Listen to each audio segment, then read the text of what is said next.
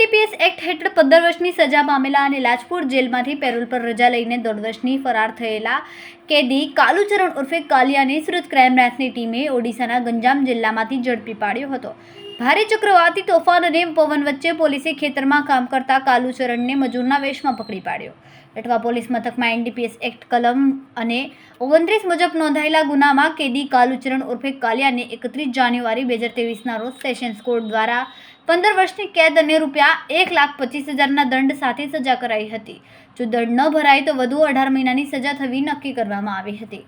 આ કેસમાં કાલુચરણ અને તેના 3 સાગરીતો 30 મે 2015ના રોજ વિશાખાપટ્ટનમ ગાંધીધામ એક્સપ્રેસ ટ્રેનમાં 108.25 કિલો ગાંજાનો જથ્થો સુરત અને ઉત્તરાયણ વચ્ચે ઉતારવા ચેઇન પુલિંગ કરતા ઝડપાયા હતા।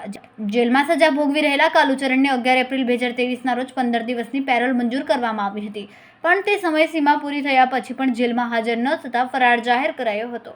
ક્રાઇમ બ્રાન્ચે બાતમીના આધારે ઓડિશાના ગંજામ જિલ્લામાં કાલુચરણ તેના વતન રામચંદ્રપુર ગામમાં હોવાની માહિતી મેળવીને નાસ્તા ફરતા સ્ક્વોડની ટીમ તાત્કાલિક ત્યાં રવાના થઈ। ભારે ચક્રવાતી તોફાન અને પવન વચ્ચે પોલીસે કાલુચરણને પકડીને કાયદેસરની કાર્યવાહી કરીને લાજપોર મધ્યસ્થ જેલમાં સોંપવા તજવીજ કરી છે।